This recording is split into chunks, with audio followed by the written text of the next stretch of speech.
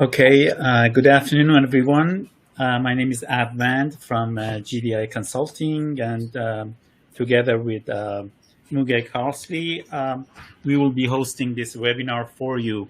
Today's webinar will be about what can be done before the full OASIS Plus RFP is out. We will deal with the technical details of the proposal in another separate webinar, which will be held next week, and we will be sending you the links for those. This webinar is essentially about the steps you can take and the reason why you should actually start now so that you have enough time to prepare for the proposal. Some administrative notes before we start. The webinar is being recorded and the link will be sent to you within 24 hours. So in case you have to leave early, we'll hold a Q&A session at the end. So feel free to send all the questions you have. And even if we don't have enough time at the end, we'll go through the questions separately and send you the responses by email. So it would be good if you provide your emails in your questions. You can also download the presentation slides on the right-hand side of this webinar system. Now, some announcements. First of all, as I'm a soccer fan due to my European background, I wanted to congratulate everyone on the U.S. soccer team win in their match in the Soccer World Cup in Qatar. But aside from that, first of all, 2 future webinars on the proposal details are going to, and how you can maximize your scores, will be held on December 7th for small businesses at 3 p.m. for small businesses, and for unrestricted, which would be medium and large businesses, that would be 3 p.m. on December 8th. So Wednesday and Thursday next week, small businesses and unrestricted, we're going to deal with the details of the proposal development and how to prepare it. And as I said, we'll be sending you the links to register there. Some companies might need a pre-qualification done for them. In other words, they're not sure if they can actually participate in OASIS Plus, considering their background and their projects.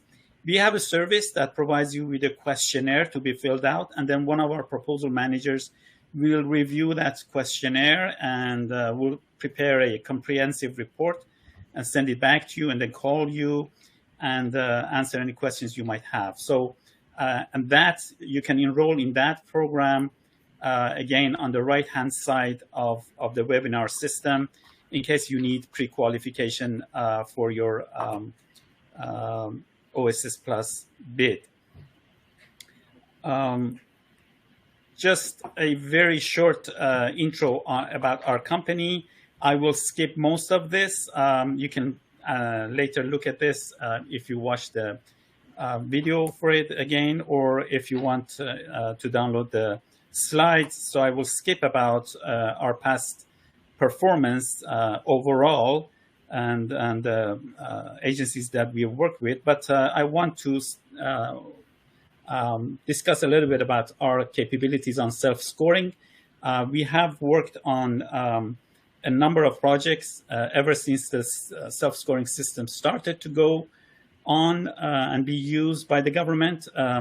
As you can see, we have written over, we have had successful self-scoring proposals for OASIS, both unrestricted and small business. And you see the numbers, the Astro, small business, and OTSP, other than a small business, which would be the large and emerging companies, and HCATS, Alliant, and a number of others. Polaris, obviously they haven't announced the winners yet, so don't have numbers. And we've held a number of training sessions for APMP chapters and other clients.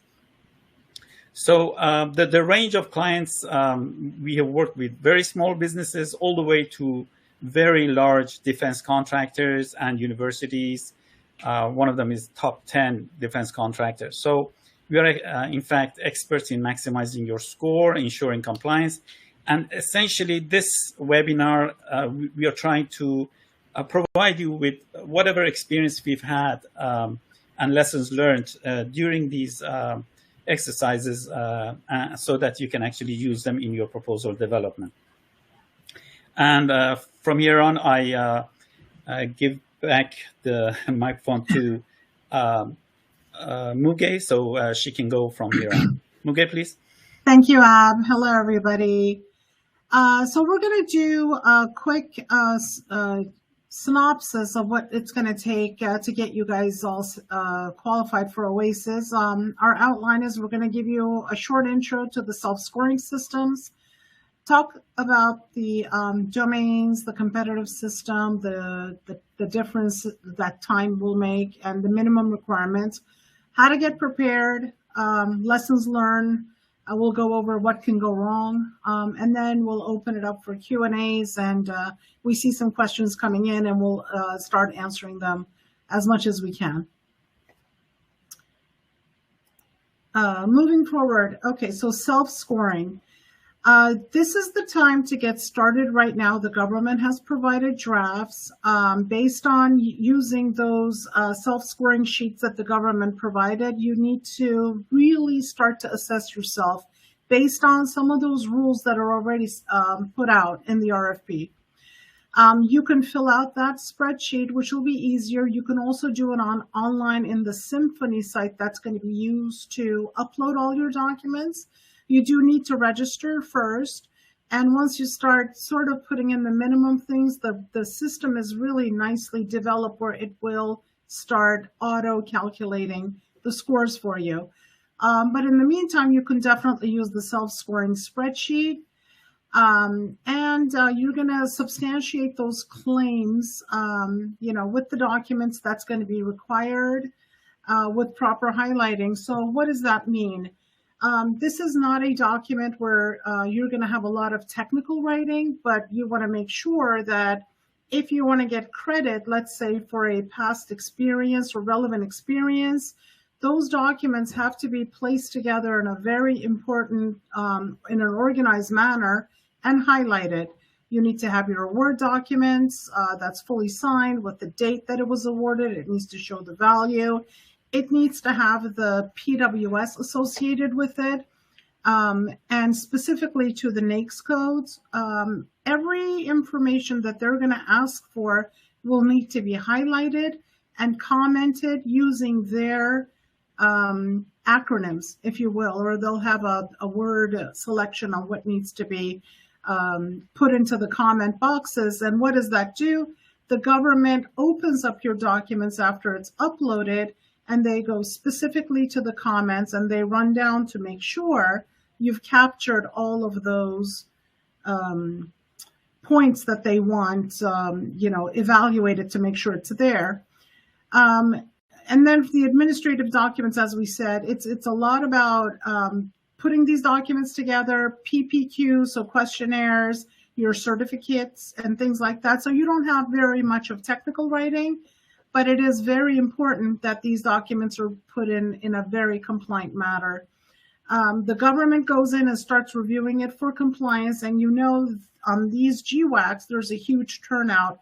Compliance is everything. So if the government immediately notices something, it could be as small as if you missed a NAICS code.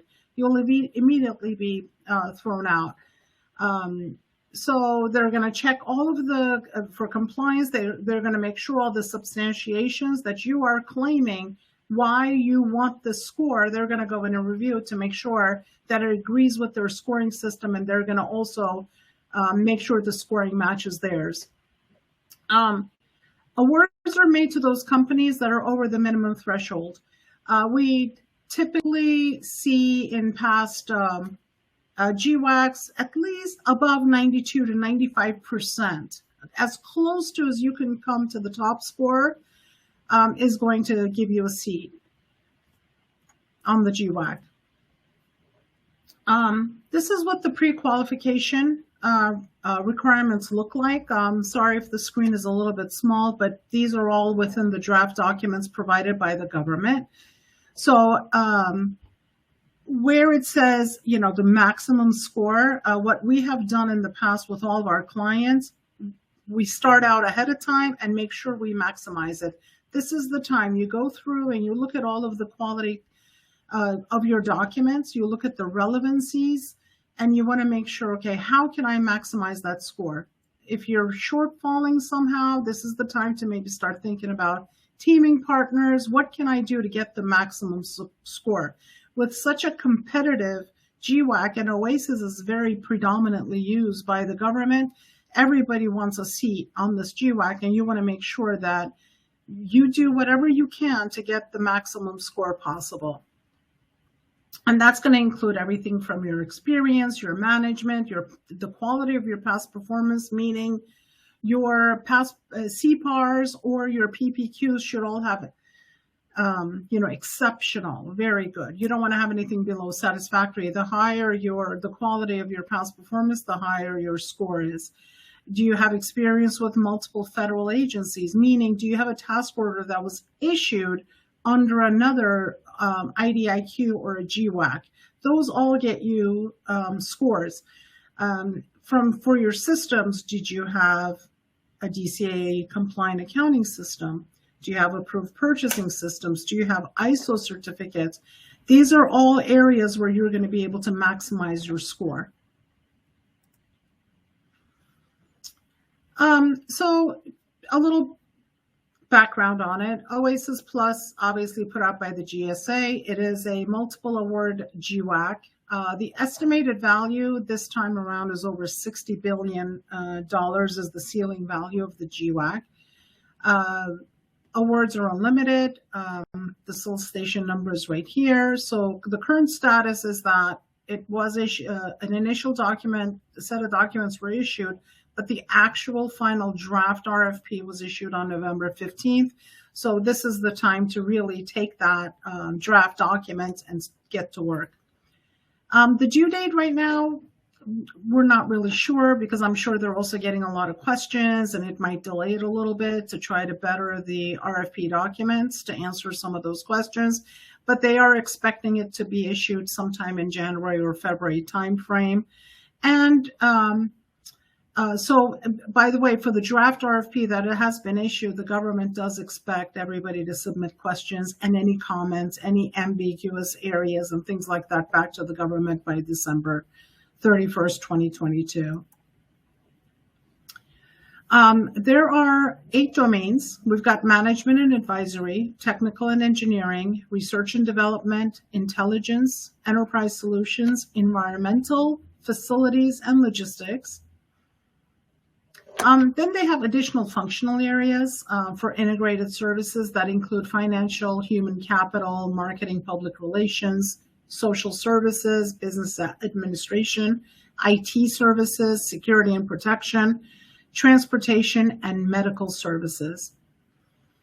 The maximum score is 50 for both small business and the unrestricted. Minimum qualification score is 36 for all small business domains, 42 for unrestricted on all domains except for the enterprise solutions, and 45 for the unrestricted enterprise solutions.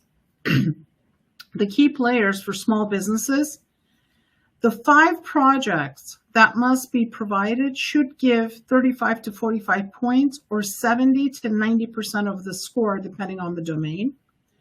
And for the unrestricted, the 5 projects that's used as reference should give between 35 to 43 points, or 70 to 86% of the total score, depending, again, on the domain. So the project's magnitude. These are for your references, the values of your projects. Management advisory, technical and engineering, intelligence services, and logistics should be over $500,000 in value for small businesses and over $1 million in value for unrestricted. For enterprise solutions, they really haven't provided the magnitude for small businesses, but for unrestricted, it should be 50 million, over 50 million. For environmental and facilities, it should be $250,000 in value for small businesses. For environmental, it's unrestricted is over 1 million and 500,000 for the unrestricted under facilities. All projects should have been completed or awarded within the last 5 years. Ongoing projects must have at least 1 year of performance. So if this has been released and you just won this contract in September that you think is perfectly suited, it won't count because you do not have 1 year of performance on that contract. Again, the magnitude of the project is an annual value, and this is very important. So if it's 500,000, it means that you would have earned at least $500,000 per year on that contract. So a 5-year contract of 2.3 million would have an annual value of 460,000. So 2.3, you divide it by 5 to come up with what your annual value is. It wouldn't be acceptable if you're under the $500,000. So look at your contracts, look at your total value, including option years, and then divide it over the 5 years to come up to make sure that it's at least $500,000 of value, total value over the year. Ab, did you want to take over from here, or would you like me to continue? Yes, okay. So from here on, we're going to discuss some of our experience during the past self-scoring projects, then trying to convey these to you. So per our experience, the most important factor by far is compliance, especially in this one on OASIS Plus. Essentially, you can calculate the score, but if you do not do compliance issues properly, you're not going to win the contract. So compliance, compliance, and compliance, that's the motto, and we should actually look into that even further. Some of the other problems that might go wrong: misunderstanding the requirements. One example was what just right now Muge was discussing about the annual value. So, and there are a lot of that in the RFP text. So you really need to read it properly to understand the requirements. Not getting proper signatures from contracting officers on time. I'm going to get to that, but we might be needing a lot of work with our on our current projects to make them compliant with the requirements. In other words, substantiate our claim. And to do that, we might have to chase around with the contracting officers and things like that. And so you need time on that. Not maximizing your score, including partnering. Many times, you might be able to actually maximize your score, but you don't actually take advantage of the wording in the RFP, the way you can actually use the contracts and get more score. This is especially crucial if you're on the edge of the threshold of if you're a small business, 36, and if you're a large business, 42, and you want to make sure that you're at least a few points above that. And to do that, you really need to maximize your score, including partnering, and I'll get to that later. Not substantiating your score properly. Again, you might actually deserve that score, but if you don't substantiate it properly, provide the proper documentation in the proper way, you're not going to get that score. So that's one of the things that do go wrong sometimes. Stretching the scores too far, sometimes they actually disqualify companies. I've seen one or two cases in which the companies have actually stretched their score too far. So you have to be careful of that. And then not submitting the proposal correctly to Symphony. Symphony is an online website that the government has created. The previous OASIS was submitted through that, and this one is going to use that. It's not a very user-friendly system, so you have to make sure that you don't make any mistakes. I do remember one large company actually submitting the wrong documents for their financials, and they ran into deep trouble due to that. So this is something that needs to be really checked and reviewed multiple times. Now, just to give you an idea of compliance, I always show this to our clients. We don't have exact numbers for other self-scoring, but for HCATs, the government did provide some information. And if you look at, for example, the proposals submitted for HCATs under small business, 66 out of the 95, which is a little bit less than 75%, perhaps around 70%, were disqualified due to being non-compliant. On the unrestricted side, again, you see that it's nearly 50% that were eliminated from the race because of being non-compliant. So, of course, this was 2-3 years ago, and companies have learned more about self-scoring, and they know how to do it. But overall, that's the main problem: compliance, which eliminates people from the race. So you have to be careful about that. Now, let's discuss a little bit more in detail as what the common problems that you might face will be. First of all, we'll go into the administrative issues.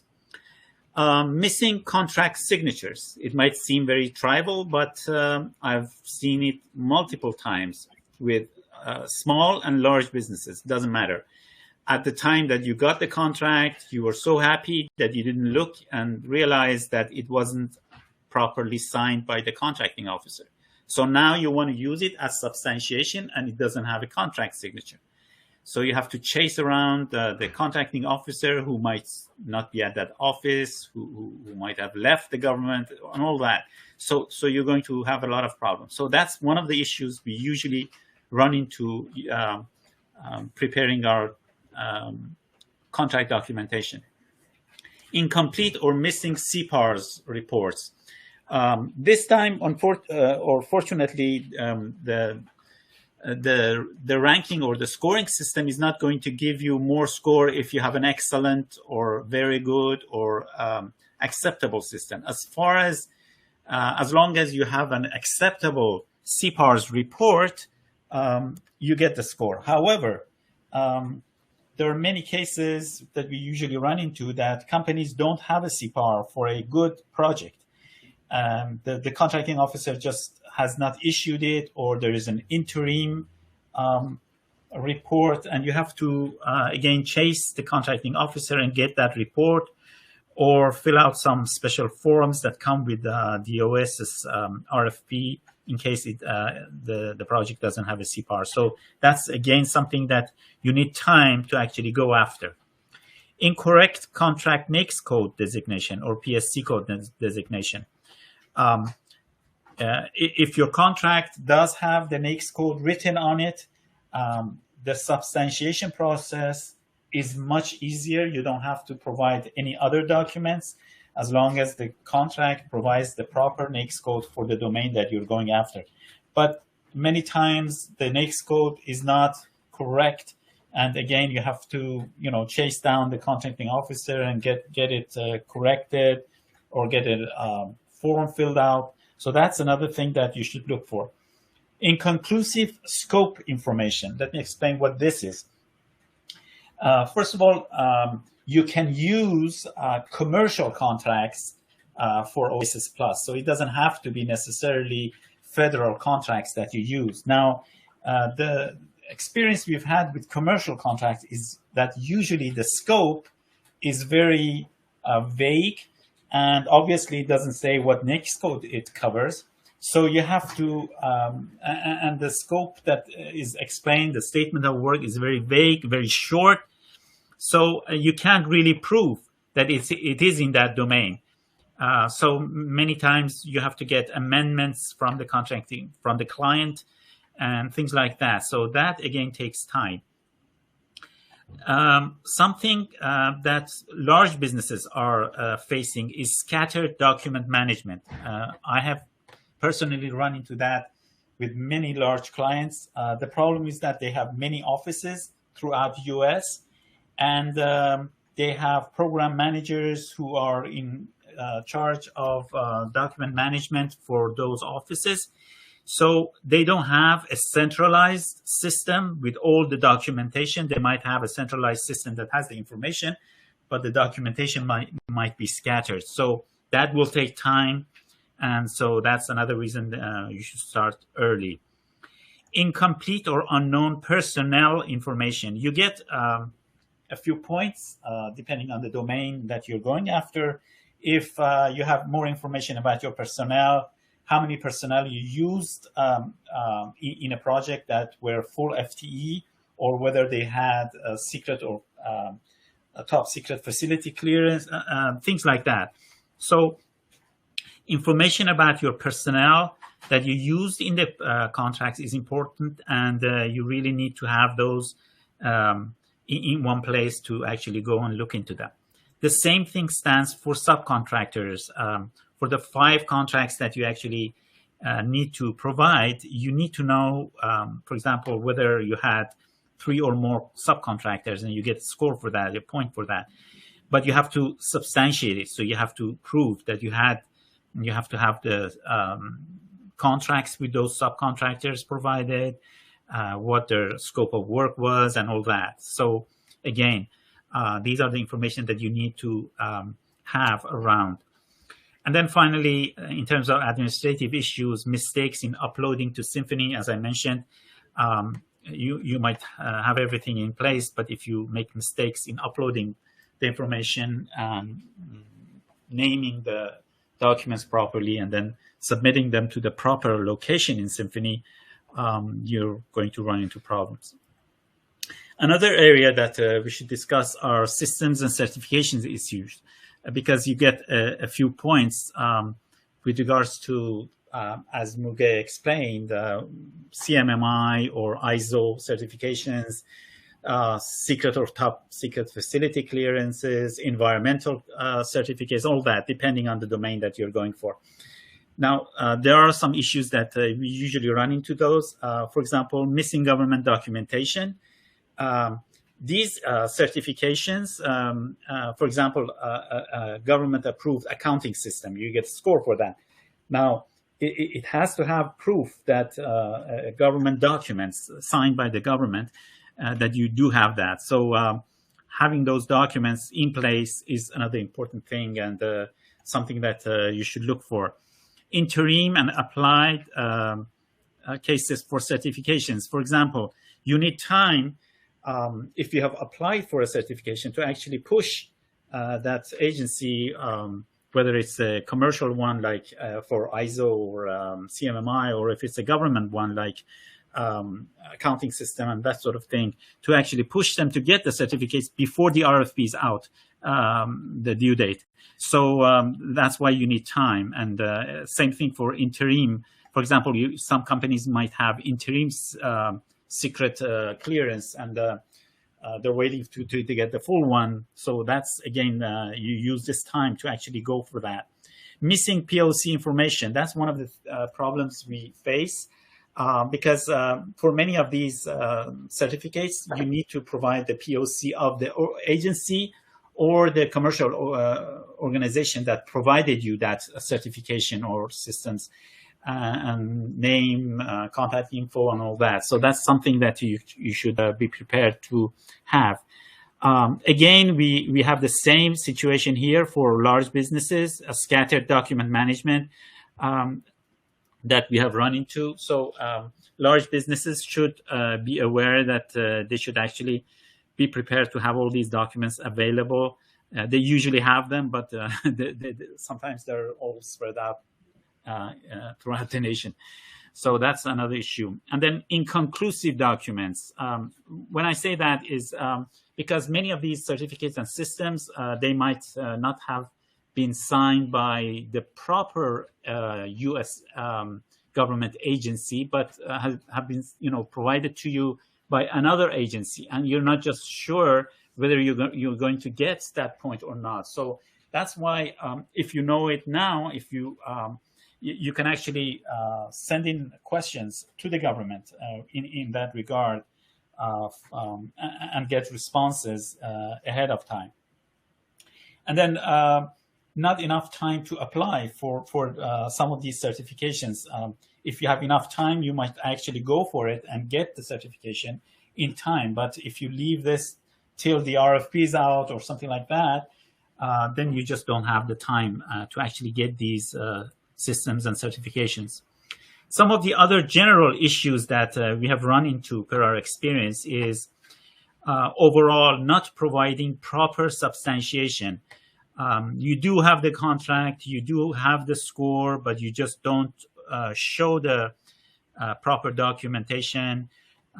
You don't do the proper highlighting. And in effect, when you send everything to the government and they review it, they don't give you the score, even though you deserve it. So that's one of the things that you should be careful about. Poor partnering, starting late, going after partners, and then companies have, are already dedicated to other teams, and you just don't find the proper partners. So start looking for partners as soon as possible. Obviously, before you start looking for partners, first you need to know if you need them or not. Many companies don't need them because they have sufficient score, but many companies do need them. So again, this is something that you should do after you do an assessment of your initial assessment of your score. Another problem that might come into view is incomplete or insufficient reviews and compliance checks. Per our experience, at least 2 rounds of reviews and compliance checks must be done for the proposal to ensure that there are no mistakes, because there are a lot of loopholes and mistakes that are possible. So that is usually done. And our recommendation is that reviews and compliance checks should be done by a third party because that's where separate set of eyes will get those mistakes, where at least that's our experience. Anyways, improper pre-qualification. When I say that, Muge did explain that we do have a system for pre-qualification, I'll show you a little bit more on that. But the point is that you might actually delve into OASIS Plus and think that you can actually get a contract and award on it, whereas you just don't have enough score, and you should have started with partnering very early. So pre-qualification and checking your eligibility is really important, especially for smaller businesses who are unsure whether they have the score or not. So that's something we suggest that you go after. Proper score assessment. Usually overqualification, that's something that you must be aware of or be wary of, because usually you want to give yourself the maximum score. Well, what we usually tell our clients and do it for them is that we give them a minimum and maximum. Minimum would be that we will be very conservative in providing the score, and then maximum would be with extreme leeway. So that's something that usually people run into, thinking that they're going to have the score, whereas they're just a little bit too wishful. So all of this turns into starting late. That's the main issue. I hope I have conveyed the problems that you might be facing, whether you're small or a large business, in preparing the proposal if you start late. So the most important thing is to start now and start assessing your score, and then moving forward from there. So that's the main message of this webinar, and why I explained it this way. So what we suggest for win strategy is obviously start now. Check compliance, think compliance, eat compliance. Compliance, as I said, is the most important issue in self-scoring projects.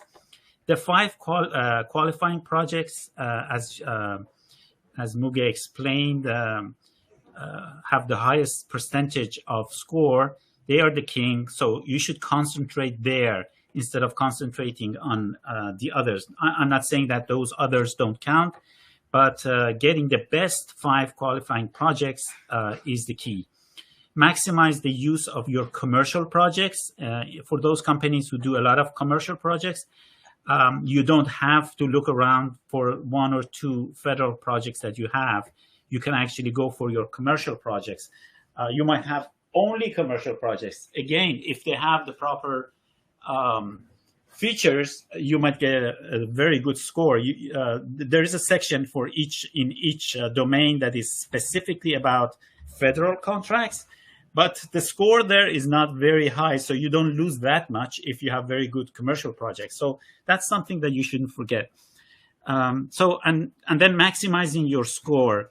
I've said use a per contract scoring system and assessment. I'm going to show you what we use in the next slide, and I'll show you it online. But you should always consider how to maximize your score to make sure that you are at least, this is what we are suggesting to our clients, at least 5 points above the threshold, at least. So if the threshold for small business is 36, you should go for 41 with all possible effects. And for large businesses, if it's the minimum is the threshold is 42, you should go for 47. Go for that. So it is important to understand which 5 contracts you should pick to give you the highest score. And there's a system for that. I'll be showing that in a minute. Next is make full use of partnering and multiple partners. This is again for smaller businesses or for larger businesses anyway, who want to make sure that they have loopholes or they have shortages in some areas, and they want to use partners to actually ensure that their score is higher. Now, in OASIS Plus, you can have both joint ventures and prime subcontract relationship. So both of those can be used for this. And then outsource the proposal writing system if this is your first time. If it's not your first time and you're comfortable with it, by all means, do it yourself. But absolutely outsource for reviews, because I've seen many cases with very excellent proposal managers who have prepared their own proposals, but they just don't see the problem because they're just used to it. So it's really important, at least our suggestion is that you outsource for reviews. Now, this is a sample, as I mentioned here, self-scoring matrix. And this is a sample self-scoring matrix. What I'm going to do is I'm going to go live and share my screen to you so you can actually see it in Excel, and then we'll go from there. 1 minute, please.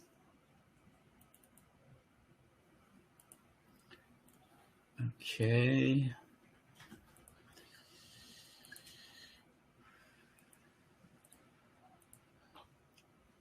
Okay, I hope you can see my screen. This is one of the score sheets that we prepared for a client. They had about 9 projects. Each line, for example, this line is one contract that I've highlighted. So each line is a contract. And based on the requirements of the RFP, we have scored each contract separately. So I know that this first one, this Navy one, gets 11 points, whereas the second one just gets 6 points, 9 points, 8 points, 10 points. This way, if you have multiple contracts, you can actually see which ones are the best to use in the RFP. Even if you have only 2, then you know that you need partners who actually can add up to those. So this helps both small businesses and large businesses in selecting the best 5 to use. And this system automatically turns off those projects. For example, this project is $984,000 for a 2-year period. So the annual revenue is 492, which is less than 500,000. So we get an N and no for this contract. So this contract cannot be used as one of the 5 qualifying projects. Or this one, the value is correct, but the NAICS code is not correct. The NAICS code is not in the domain, so it cannot be used as one of the qualifying projects. So this system, or whatever system you have in place for yourself, we use this for our clients, but this system helps you select the best 5 contracts, and also when partners come in and bring in their contracts, you can actually check the score that they have. So now let me go back to the slide. Oh, before I start the slide again, let me show you something else as well.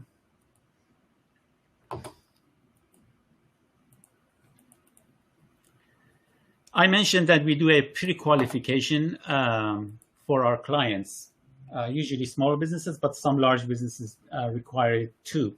In the pre-qualification, we'll send you a questionnaire. You fill out the questionnaire, which usually takes an hour, and then we work on that questionnaire. One of our proposal managers works on it, and then we get back to you with a report, with a comprehensive report. This is a sample report that we usually prepare. From the table of content, you can see what we will provide you: a quantitative assessment. Ab, we can't see the screen right now. Oh, sorry. No problem. Okay.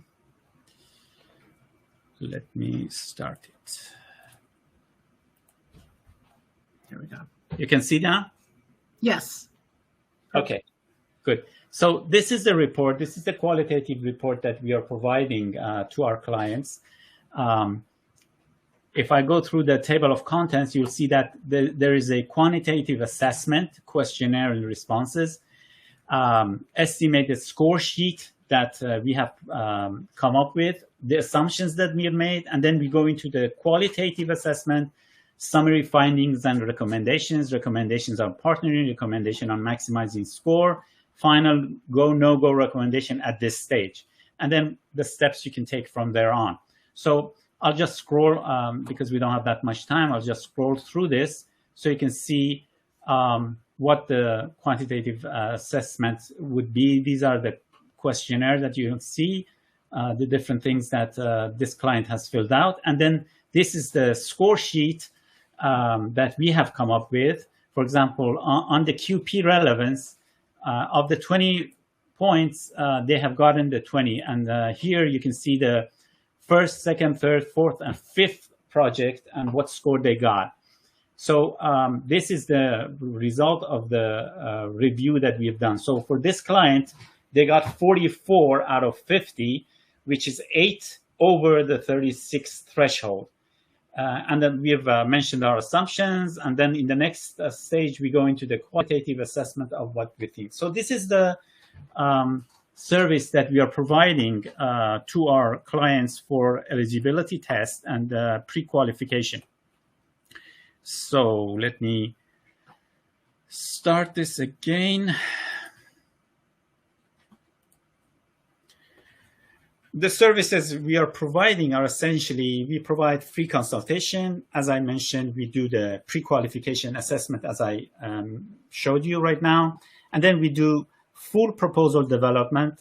We will have a dedicated proposal team for that proposal. And then we do, the process is essentially score assessment and optimization, full proposal assembly, and then full and multiple compliance checks, and finally uploading to Symphony.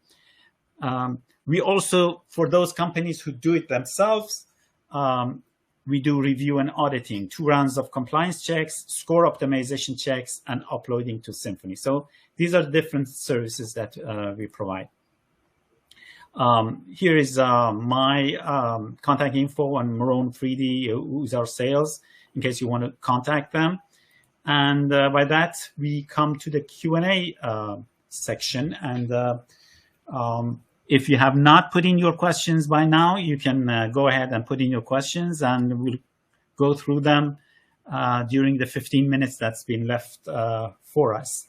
I should mention that even if we don't have the time to actually answer your question, we'll go through all this Q&A and respond back to you. So just in case, please put in your email, and we'll respond back with our responses.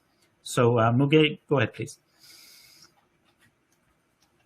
Okay, so I have a question. The first one I see is, when is the final RFP dropping, and how long will the onboarding window be? Typically, right now what they said is sometime at the end of January to the beginning part of February. It's not clear yet. It might even be delayed. However, they typically give us about 30-day responses, but we have seen in the previous GWACs, they have been extended. I mean, they'll get extended to 2 months, 3-month turnaround. So it just depends on how many questions they get. Are there problems with the Symphony side? There's so many factors, but right now, just to answer your question, we're thinking sometime towards the end of January, we expect a 30-day response.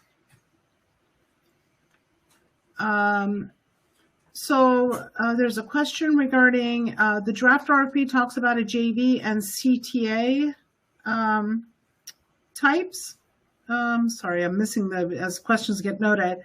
And then I guess, one second, I've lost the question. Sorry about that.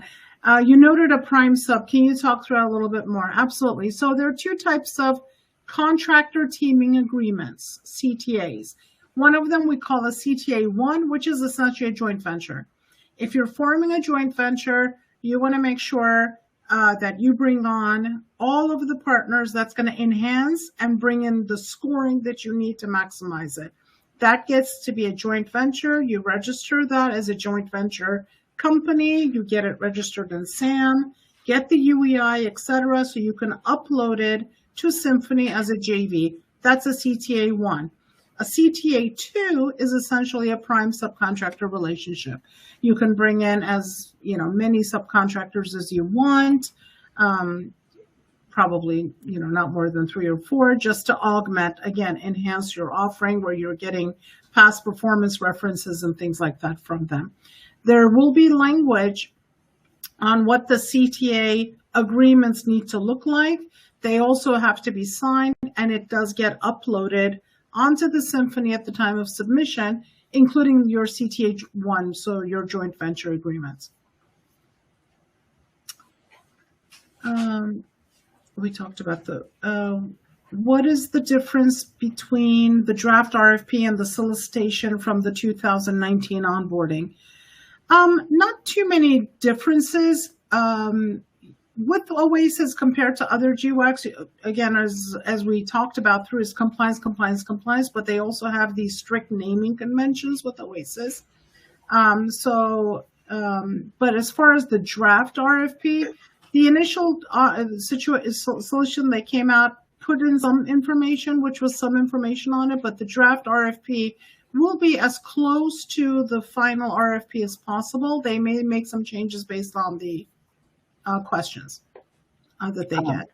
One point, Muge, I wanted to add actually is that there is a major difference here in OASIS Plus compared to the others, in that all the others, or most of them, were competitive in nature. In other words, depending on the score you got, they compared it to others, and then they would say, hey, we are going to pick 150 for this GWAC, so they would pick the highest 150 companies from that scoring sheet. Here, that's not the case. Here, if you're above that threshold, you are awarded. Of course, you have to be, you have to have the proper justification and everything. So if everything is okay and you're above the threshold, you get the contract. So this is the major difference compared to the previous ones. Go ahead, please. Yeah, and another thing is this one is now OASIS Plus, and they've opened it up for many domains where if we recall the one in 2019, that was a specific pool. It was focused on one thing, and it was small business set aside and et cetera. Exactly. So this one is covering a lot more domains than the one in 2019 did. Exactly. Is the solicitation out yet? Will it be posted on SAM or eBuy? As we talked about it, the draft was released in November, on November 15th. It will be posted on SAM. It is not an eBuy. It's open for everybody. Can a large do a response as prime under a large and partner on a small business response?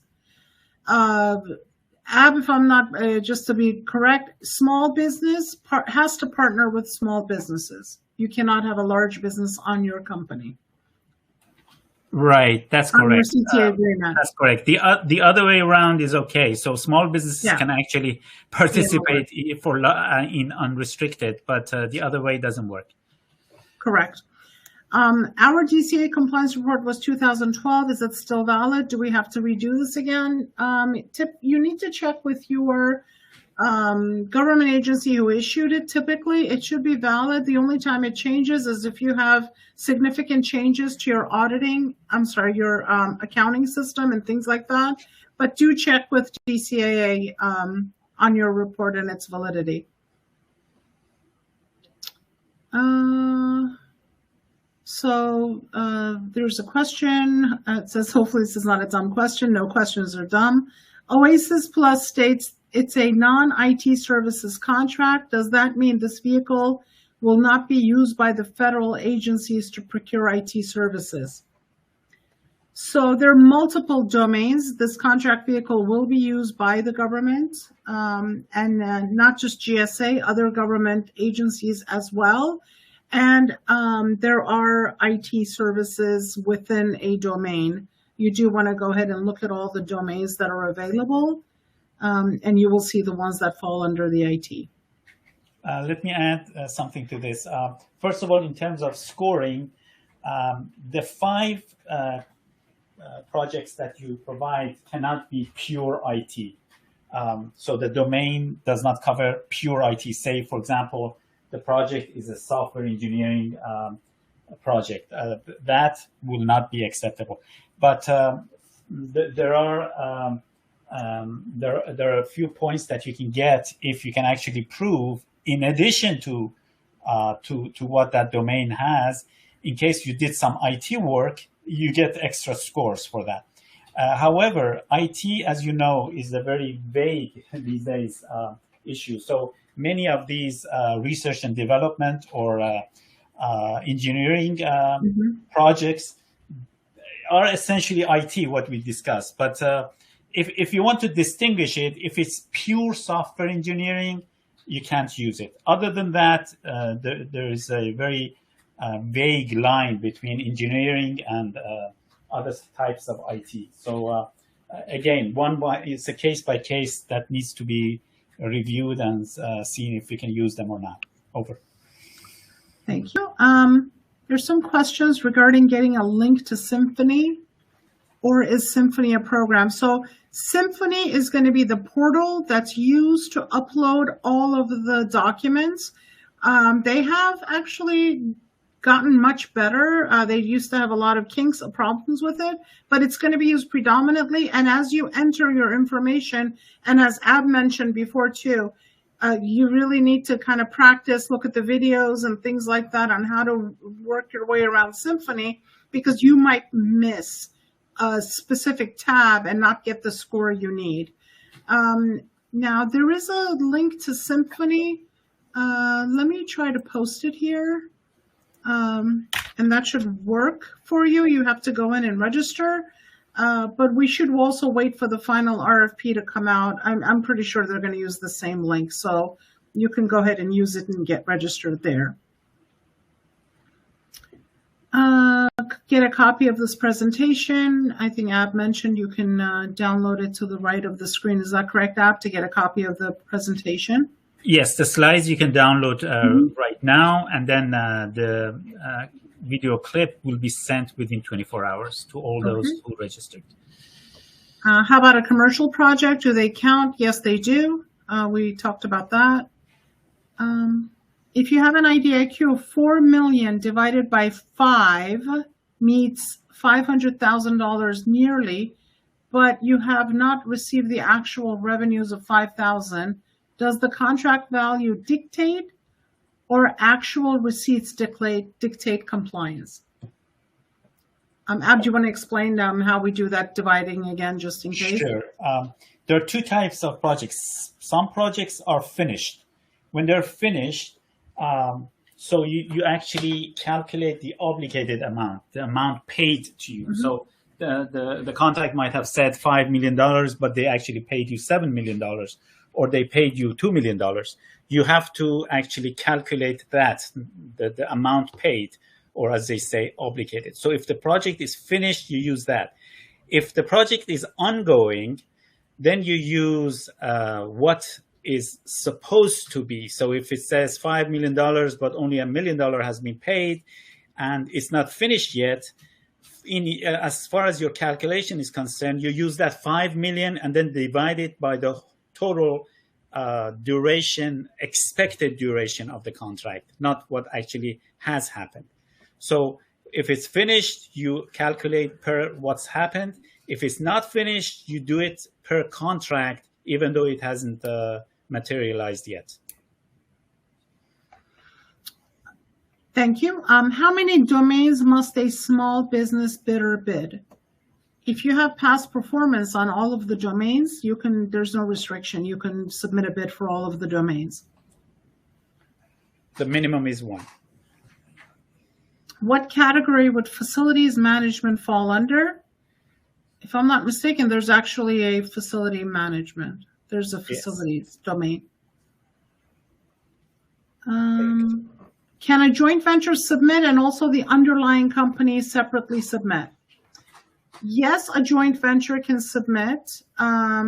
You could do, so there's a little bit of a fine line here, and they'll probably come up with more clarification on that.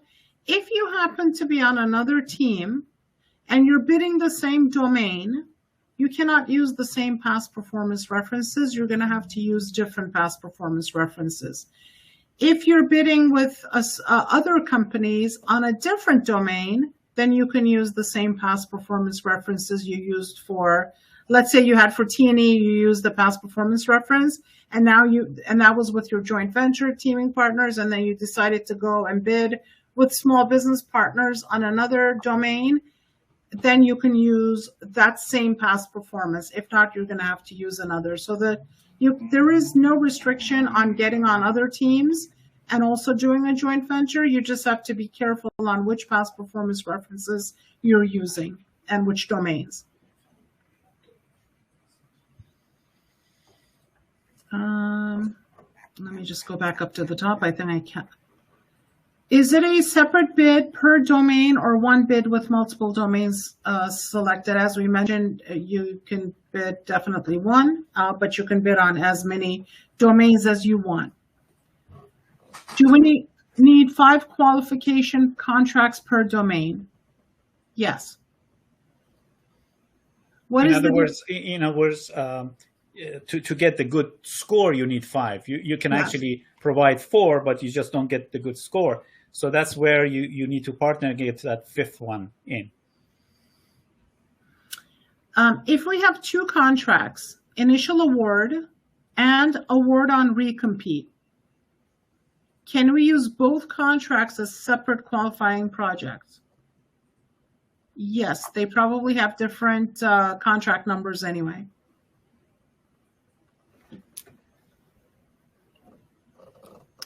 Can a company qualify as a small and large business for different domains?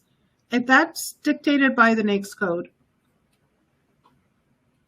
If you qualify as a small business and a large, depending on what the NAICS code is, yes.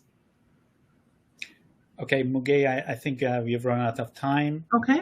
I wanted to thank everyone for attending. As I said, we will have a a webinar for unrestricted and a separate webinar for small businesses that we will go into details about the scoring system for OASIS Plus. That's next week, and we'll be sending you the links for those.